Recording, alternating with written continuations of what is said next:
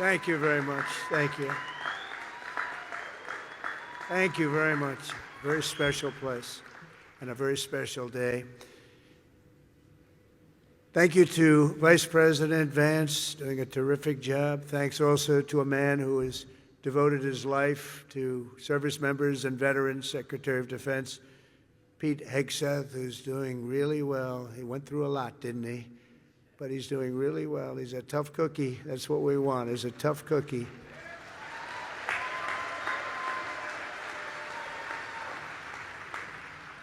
And we're grateful to be joined as well by Chairman Kaine, terrific military person, members of the Cabinet, members of Congress, members of the United States Armed Forces, veterans, and many other distinguished guests. We gather today to honor the incredible service members who rest in glory in this cemetery and burial grounds around the world and in 1,000 lonely places known only to God. In every hour of peril, in every moment of crisis, American warriors have left behind the blessings of home and family to answer their nation's call. They've offered all that they had within them and given their last breaths to each and every one of us that we might live safe and breathe free. This morning we pay tribute to their immortal deeds. We share in the sorrow of their beloved families, and as one nation we give thanks for the ultimate gift they have so selflessly given to all of us. These warriors, and that's what they are, as great, great warriors, picked up their mantle of duty and service, knowing that to live for others meant always that they might die for others. They knew that. They asked nothing for it. They gave everything, and we owe them everything and much, much more. Each of the service members who have made the supreme sacrifice for our nation has also left an unfillable void and an unbreakable silence in the lives of all who love them. For the families of the fallen, you feel the absence of your heroes every day in the family. These are great families. These are wonderful families. In the familiar laugh no longer heard, the empty space at Sunday dinner, or the want of a hug or a pat on the back that will never come again. Every Gold Star family fights a battle long after the victory is won, and today we lift you up and we hold you high. Thank you, thank you, thank you for giving America the brightest light in your lives. It's what you've done. We will never, ever forget our fallen heroes, and we will never forget our debt to you. This Memorial Day is especially significant as we commemorate 250 years since the first American patriots fell on the field of battle. 2.5 centuries ago at Lexington Green, Concord Bridge, Bunker Hill, brave Minutemen and humble farm boys became the first to give their lives for a nation that did not yet have a name. With their deaths, men like John Brown, 23, Samuel Hadley, 28, and Abner Hosner, 21, ignited the flame of liberty that now lights the inspires everybody and the entire world. Those young men could never have known what their sacrifice would mean to us, but we certainly know what we owe to them. Their valor gave us the freest, greatest, and most noble republic ever to exist on the face of the earth, a republic that I am fixing after a long and hard 4 years. That was a hard 4 years we went through.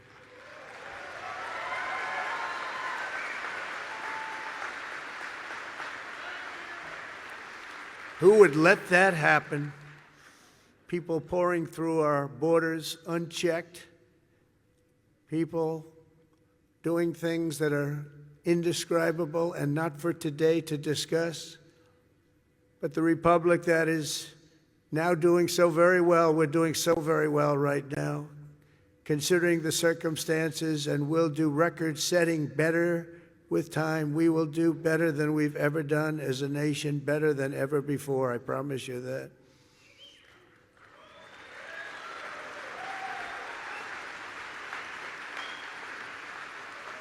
In every generation since, at Trenton and Yorktown, at Vicksburg and Shiloh, and in faraway places with names like Chateau, Terari, Anzio, Iwo Jima, Quezon, Kandahar, really just a few chosen names, and these are names that have become so important on the altar of freedom.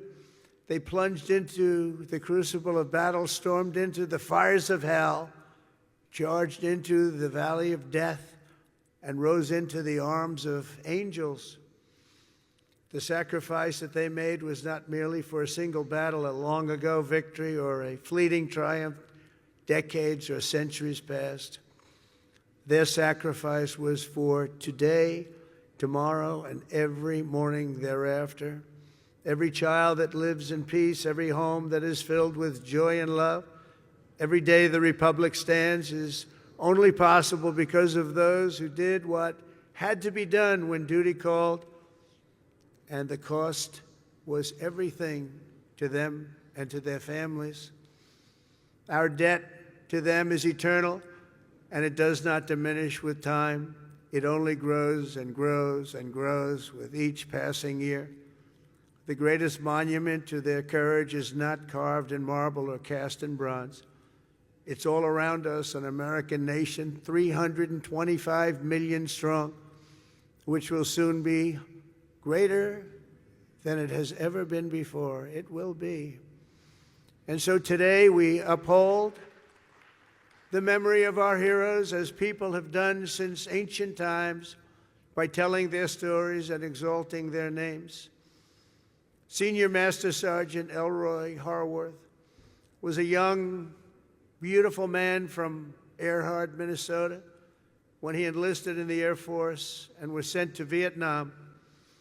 59 years ago this very week, Elroy and his crewmates climbed into the dark skies over Da Nang on a classified mission known as Operation Carolina Moon. Their aim was to blow up a key enemy bridge, and while other crews had tried and failed, they were determined to try and get it done in face of extreme danger, and they knew how bad it was. As their C-130 closed in on its target, and Elroy jockeyed his 5,000 pounds of explosives into position, the aircraft came under unbelievably intense fire. They'd never seen anything like it. Try as they might, they were hit as the plane swung low and they went down deep in enemy territory. Elroy was just 24 years old when he gave his life for America, leaving behind a beautiful young wife who was 7 months pregnant. That meant Elroy would never know the joy of meeting his son Troy or seeing him grow, and he would never have the pride to watch his son follow in his father's footsteps and serve 2 decades in the U.S. Army. Sergeant First Class Troy Harworth is with us today, joined by his wife Sonia and their son John, the grandson Elroy never got to hold. Thank you, Troy, and thank you, John, and above all, thank you, Elroy. Thank you very much. Please stand up. Thank you, wherever you may be.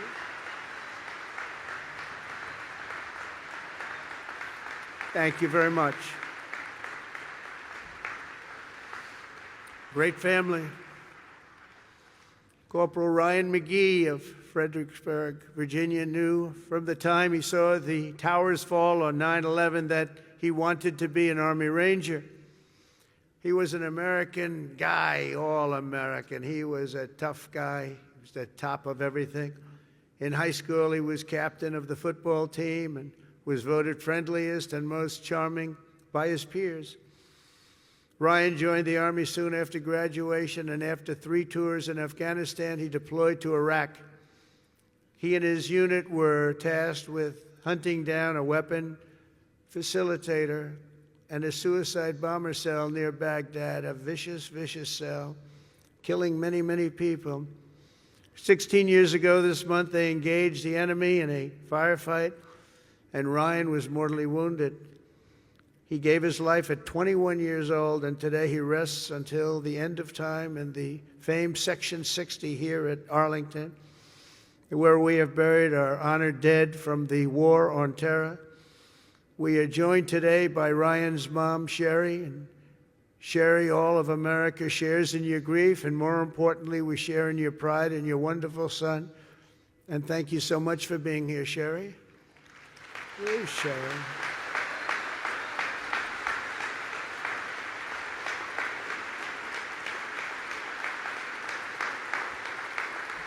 Thank you, Sherry. Thank you very much. On behalf of everyone. This crowd is so big, she's hard to find. Once I saw her, she really stands out. Thank you, Sherry, very much. Senior Chief Petty Officer Shannon Kent grew up in Pine Plains, New York, before enlisting in the Navy in 2003. And she quickly became one of the rising stars. She was an absolute winner.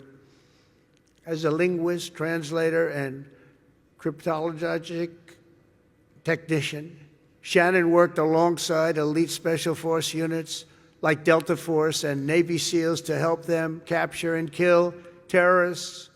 She was among the first women ever to do it, and she did it better than anyone.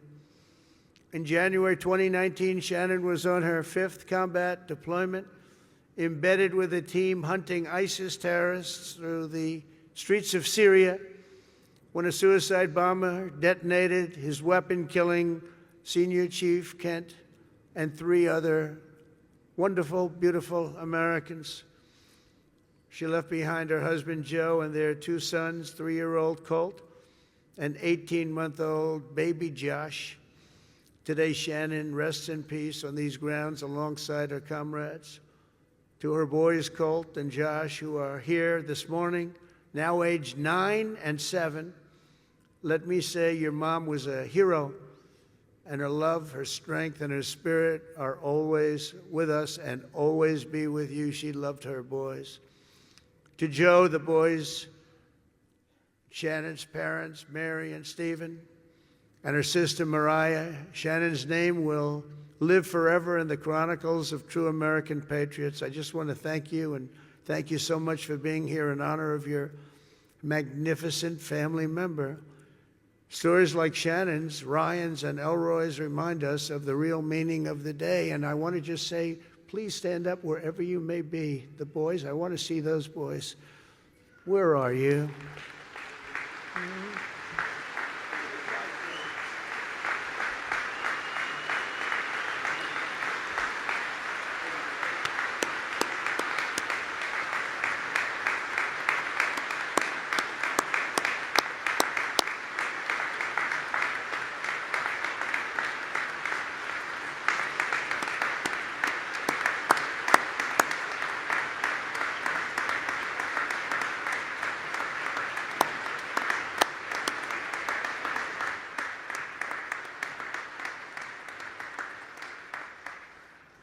Yeah, good-looking guys.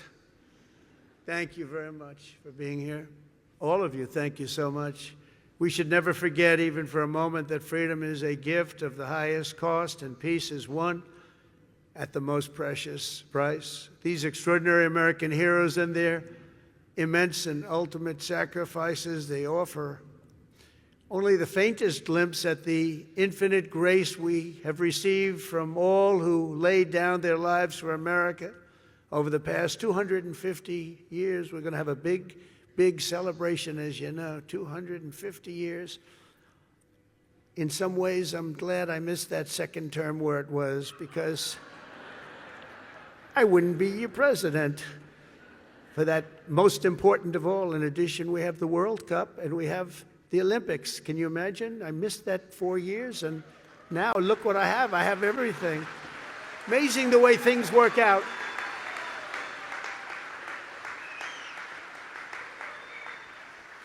God did that. I believe that too. God did it. You know, I got the World Cup and I got the Olympics. The 250 years was not mine. I'd like to take credit. But I got the Olympics, I got the World Cup when I was president. And I said, boy, it's too bad I won't be president then. And look what happened. I turned out, and we're going to have a great time. We're going to have a great celebration. But most important of all is the 250th anniversary. That blows everything away, including the World Cup and including the Olympics, as far as I'm concerned. In any corner of this cemetery, at any resting place for our war dead, anywhere on earth, you'll find untold stories of equal heroism and heartbreak unmatched, patriotism and devotion and acts of selflessness and courage so enormous they defy comprehension. Most people can't even imagine it. Great poets have written that it's love which moves the sun and the stars, but here on the sacred soil, right where we are, we're reminded that it's love which moves the course of history and moves it always toward freedom, always. From Bunker Hill to Bastogne to Cantigny to Coral Sea, from Gettysburg to Guadalcanal and Concord to Kabul, America's best and America's bravest have fought, bled, and died so that we could pick up the torch of liberty, raise it high, high, high, and carry it onward to places they could never have dreamed of before. Today we honor their memory. We remember their gallantry. We just revere, in the highest sense, we just revere their incredible legacy. We salute them in their eternal and everlasting glory, and we continue our relentless pursuit of America's destiny as we make our nation stronger, prouder, freer, and greater than ever before. May God bless our fallen heroes. May God bless our Gold Star families. And may God bless the United States of America. Thank you very much, everybody. Great honor. Thank you.